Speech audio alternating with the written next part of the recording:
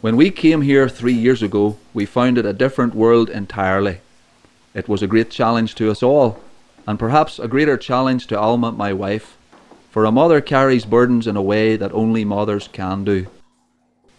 From the outset, however, we determined to make the best of it, and the best way to do that was quite simply to accept in our hearts that this was our new home, and take it from there. Since we had 4 children also to consider, we knew it was important to succeed, and we therefore did our best to make it not only endurable, but enjoyable for them. Out in the bush, self-sufficiency and improvisation really come into their own. This addition of livestock serves a dual purpose. Our table, plus milk for those orphans whose medical condition requires a milk diet. Most of this milk goes to our needy orphans, and so our cow in this way becomes the UK equivalent to the corner shop, and very useful it is too. Here we have little need for the ornamental, and luxury goods are not required. Indeed, out here, the term family needs takes on an entirely new meaning. Needless to say, with lots of eggs, we always have plenty of new chicks, and so the cycle is self-promoting and continues under its own impetus. In general, our lifestyle is plain and simple, and in the main, our daily schedule is much the same as back home. Breakfast, school for the children, and bedtime. It's the in-between parts that make our stay here so interesting and stimulating, and enables us to enjoy our time among the Wakamba people for whom we have come to serve.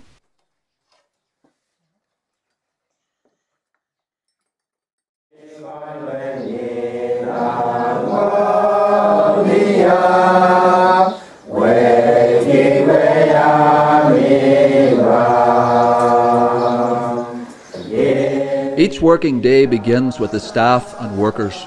Every morning, without fail, we meet together at 8 a.m. sharp for what we simply call devotions. This has been the hallmark of every day's work since Fame began here 15 years ago. It consists of all the staff and personnel meeting each morning for a Bible reading and a word of personal encouragement. There's no set time for this meeting, except that it commences at 8, but may continue for anything between 30 minutes and 1 hour. I hold this daily meeting to be foundational to our work here, a source of valuable instruction for ourselves and staff alike. This meeting binds us together and encourages trust and fellowship with one another. Devotions over, we each go our separate ways to do or oversee our separate responsibilities within the compound. With each area of the work set up for the day and supervised by our manager and trained staff, I am therefore free to move in and out as circumstances demand, knowing that the work in all its parts will continue throughout the day, or indeed days as the case may be.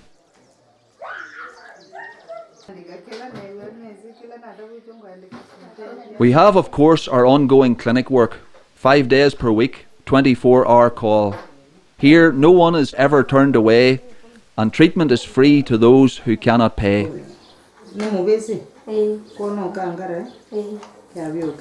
It must be said that we have noticed an ongoing improvement in the health of the community in general, and late night call-outs are now a very odd occurrence, which is a big plus to me personally.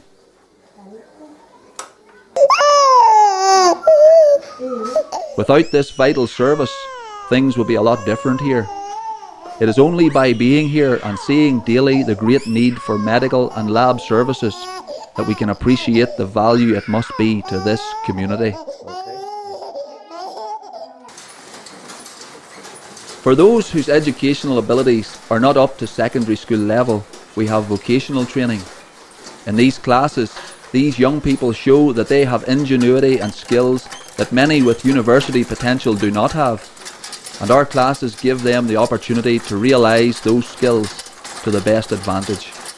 Power to the needle is by treadle and wheel, and it could hardly be more basic than this, but it gets the job done and keeps our children well clothed and smart looking.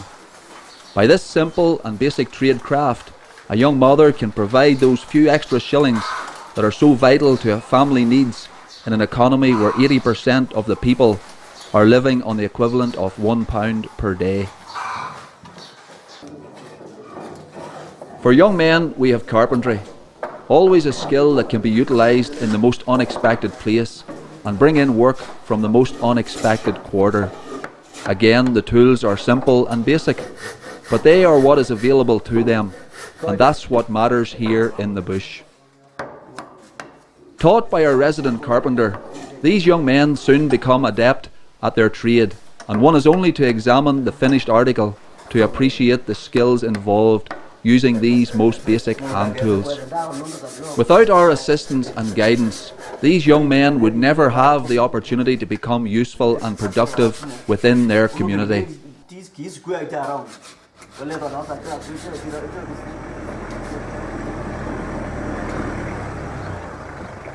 Apart from overseeing the compound work in all its parts, my own work entails evangelism in schools, churches and community outreach. This in itself keeps me busy and involves much travelling. It is my utmost joy to be able to reach so many with the message of Christ, and I count the travel and distance as nothing in comparison. While driving, I have plenty of time to think on our life here, and I often think of these opportunities I have. Many mission fields are challenged to find opportunities to preach the word, but here I am challenged to fulfill all my engagements.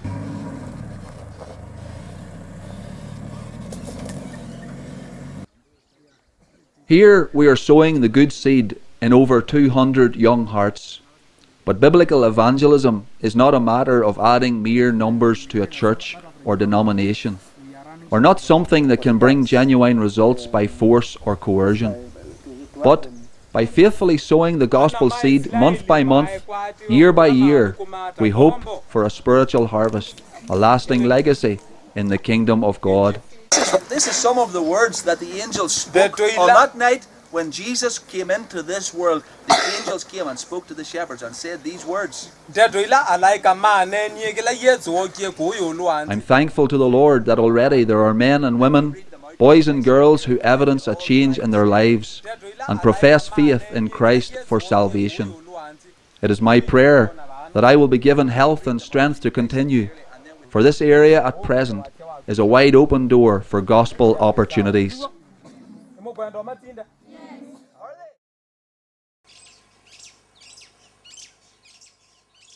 The one single area of FAME work that has become more and more pressing and important is of course our child rescue program. This has brought much blessing and satisfaction to us personally, as well as being favourably recognised by the Kenyan government agencies that specialise in it and oversee it. Although from the very outset, FAME always considered the poor and destitute, in 2006 that consideration took on a more tangible form when a new child rescue centre was opened. Like so much of the Lord's work, this had small beginnings. This footage shows the first family being rescued, and these are the conditions from which they were rescued. Both parents were dead, and these 3 girls were left to fend for themselves. It is a picture of utter desolation and total abandonment. Nothing we could imagine in our culture could compare to this. Preparing very basic food, a gruel made from millet, and using the most primitive means, it was a survival-only existence. Hunger, privation, grief and trauma characterized each one of these girls and had left their marks upon them. They were indeed in a pitiable state and were glad to come with Alan and Irene and begin a new life within FAME Centre. You know, I wasn't always a Christian. I wasn't always born again. From the very commencement of child rescue work, the assistance given always included the Word of God. And today these same children, like hundreds more, have been given a great opportunity. Mary, the eldest of that first family, has almost finished secondary school and is happy and grateful for all that has been done for them. She has now grown into young womanhood and is articulate in 3 languages, including English. Her sisters and little brother are likewise very happy and settled here, and what they have now is a world away from the tragedy of 7 years ago. This is what Fame work is all about, transforming young lives, bringing gladness and hope, and, by the gospel's power and influence, giving beauty for ashes. Today Alma and I carry on this same work, which has now grown to 175 children in the centre, with 19 being helped in a follow-up capacity within the community.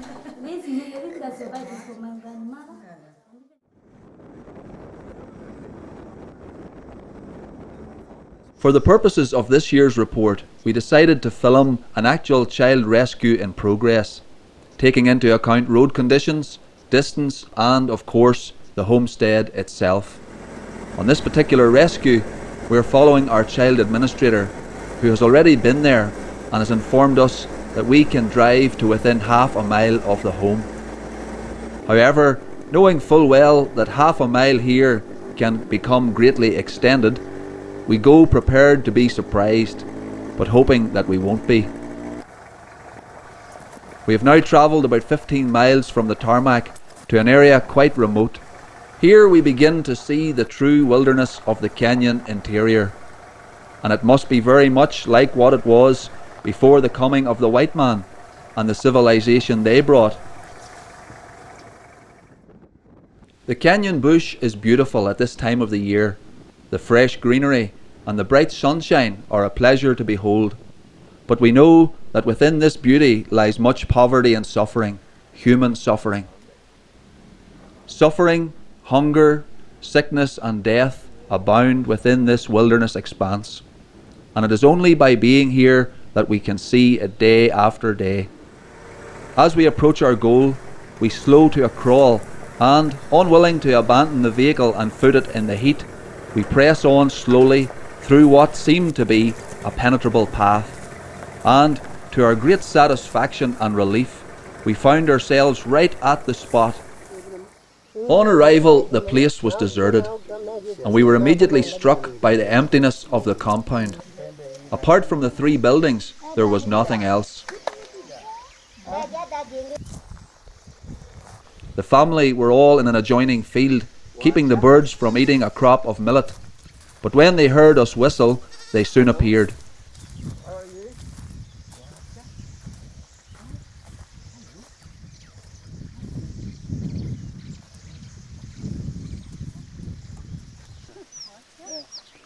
This example may illustrate child rescue at the cutting edge of our intervention. The father of these children was a local witch doctor who had taken on a younger woman to bear him children, his first wife being unable to conceive. The younger wife died, and he also died, leaving their 5 offspring in the care of the now aged first wife. As the pastor talked to the old lady about the events that had led to her present circumstances, her eyes welled up with tears. She had lost all. Now she must give up her grandchildren too, the last living link to all that she had or ever known in this life. Always on these occasions we try to prepare the child for the transition from the family home to our centre. We know it is a big step for them, so we personally speak to them and seek to involve them in the move. We think it important that the child is not coerced or made to feel threatened, and we assure them that their relative will come regularly to visit them. Alright. Can I get in beside you? This maintained connection to family is important for the child's immediate peace of mind, as well as keeping open their options for the future as far as any inheritance of land or homestead is concerned.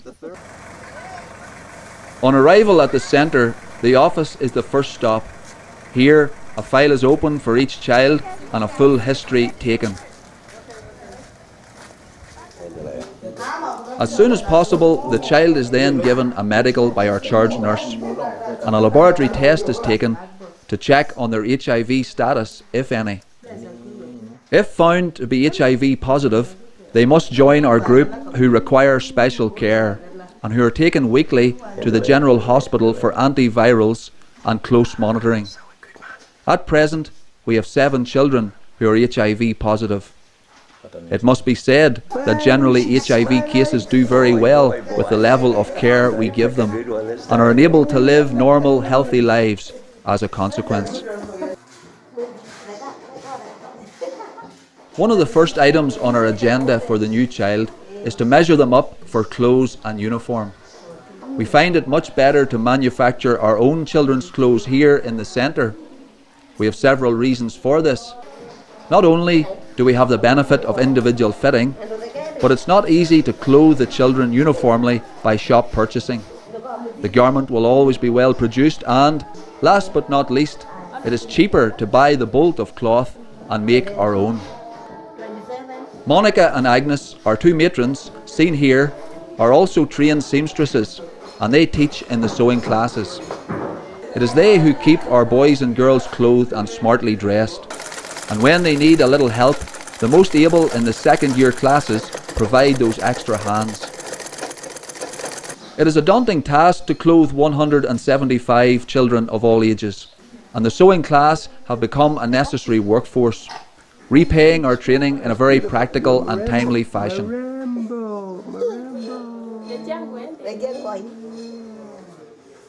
Yeah, fix it up.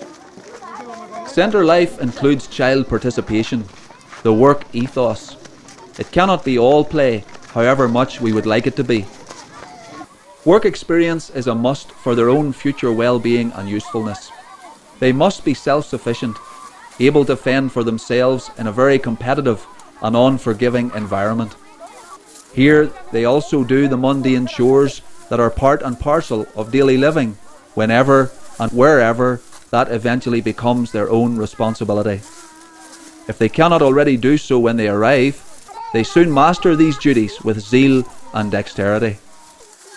Like so many other things in the African context, these and other duties soon become an opportunity for social interaction, and the children get involved immediately, enjoying the time spent together even though it is in a work situation.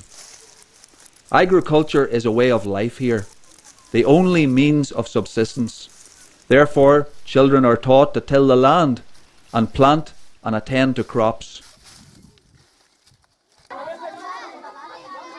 Their life here is not allowed to become disconnected from the reality of their home environment or future responsibilities, and this balanced approach is carefully maintained. Those who are old enough do their own washing, and a very good job they do of it too.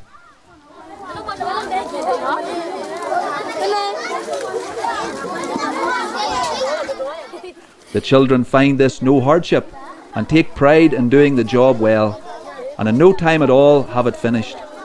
It's surprising just how useful these children soon become, and we know that for them to learn now will save them a great disappointment later, when they come to an age of leaving the centre and must return to the bush to make their way in life for themselves. It must be said to their credit that we find these children more than willing to become involved wholeheartedly in whatever we ask them to do, and that includes the dusty task of keeping the compound clean and periodically picking up the scraps and bits and pieces that litter day by day. Each child's happiness is important to us, and a watchful eye is kept by our matrons to ensure that this is being achieved. No bullying is allowed, and no child left out of centre activities. One thing that always comes up again and again by visitors and welfare officers is how happy our children are here.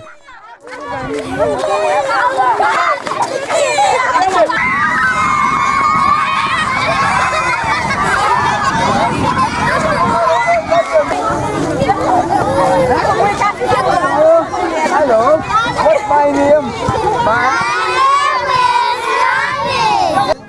Happiness is not something that can be put on for a camera or manufactured on the day.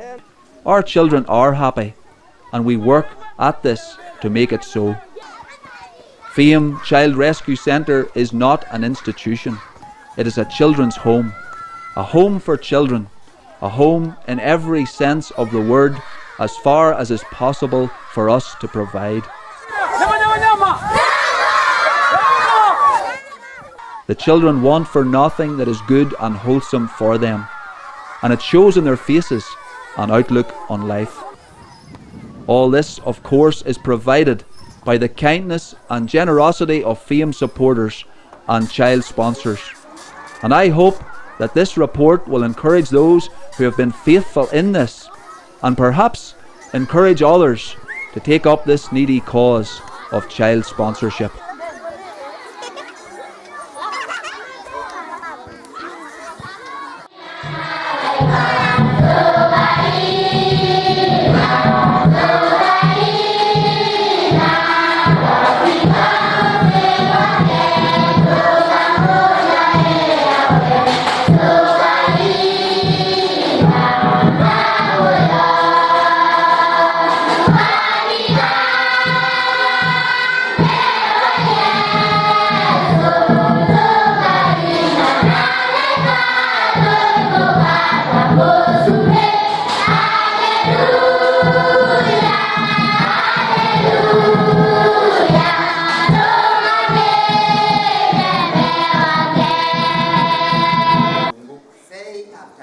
On the spiritual side, our children are well taught in the scriptures. To love the Lord our God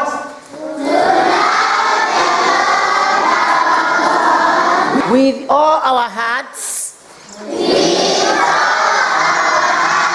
with all our soul. Joseph, our child evangelist, is kept busy with catechism, Bible verses, and Bible stories. Our spiritual instruction includes child participation, and in this way we find the children keep attention, as well as finding the services interesting and informative. All our children look forward to our church activity, and if they are chosen to participate, they do so with eagerness and great enthusiasm.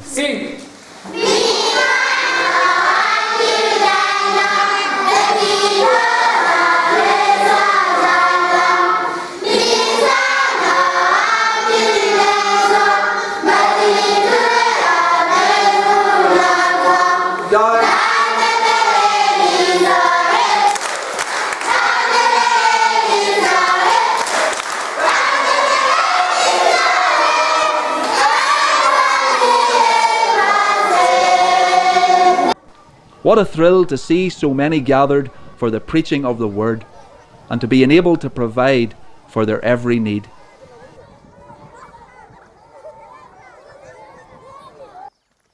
In closing, let me tell you the story of another rescue that took place recently. It's a sad story, but has a happy ending as far as it was possible to make it so.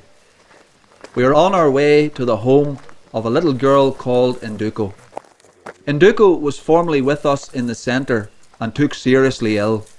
After a long hospitalisation, we assisted her in a home environment situation after she was discharged.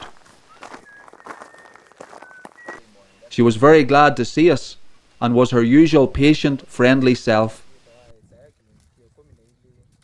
However, as we monitored her over a period of time, we became unhappy with the situation.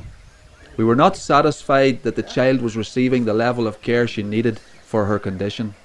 And perhaps in fairness, our expectations were more than the primitive conditions allowed. So the very day after these pictures were taken, we enrolled her in a local special needs boarding school near to us at the clinic, where we know she will receive what she requires. On the third day following, we returned for her, having already put all in place for her new move.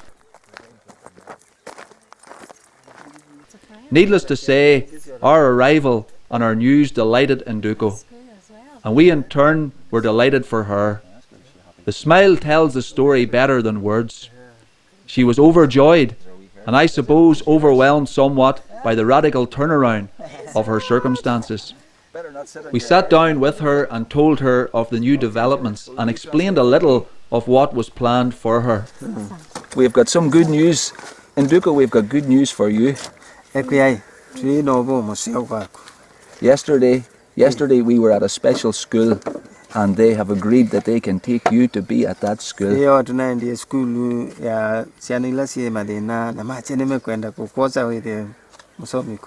And are you happy?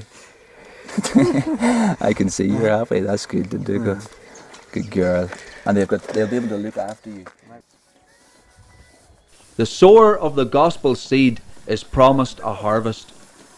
We are told the sower shall doubtless come again with rejoicing, bringing his sheaves with him. This then is our hope, our goal, our endeavour, and these children constitute our harvest field. This is not only our confidence, but our privilege, the greatest privilege of all, for he that winneth souls is wise. There are none too poor or sick to be loved and cared for, and with your help we can make a difference, a real lasting difference, a difference not only for time, but for eternity. On behalf of all our little ones, I say a sincere thank you. By your support, you're enabling us to leave the wreckage and hopelessness of child destitution behind and take such children to a better day, a brighter future. God bless you for that.